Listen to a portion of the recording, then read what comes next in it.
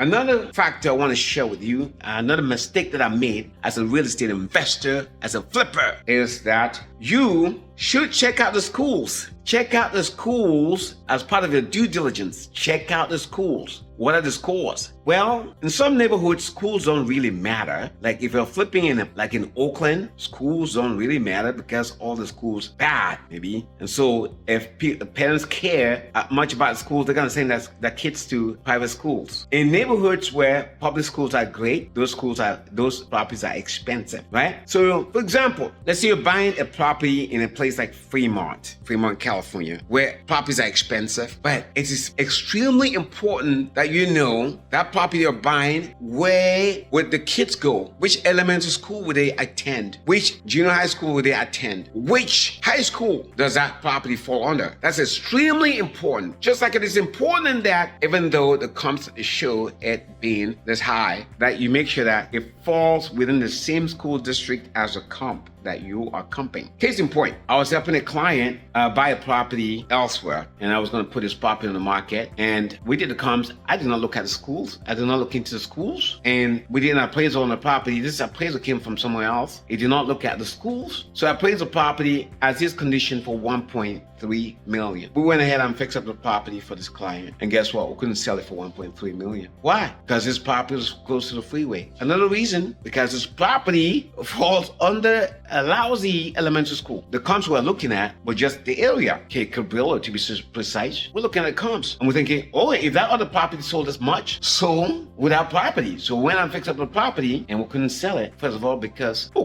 could sell it for sure, but we couldn't sell it at the price we thought we could sell it for. We thought we could be able to sell it if, as his condition was appraised at 1.3 by an appraisal came from Stockton. Okay, so without looking at the schools, without looking at the freeway, because at the end of the day, it's buyers that determine the price. That when you're buying and you're doing your due diligence, you look at the schools under which this property falls, the subject property falls. You got to look at that. Okay, not only would you look at your due diligence doesn't only consist of the location, whether it's close to the freeway or not, or where is it pointing, and I'll talk about that depending on which society community you're buying properties from, or whatever. That is another mistake you must avoid. Another aspect you must add onto your due diligence: the schools.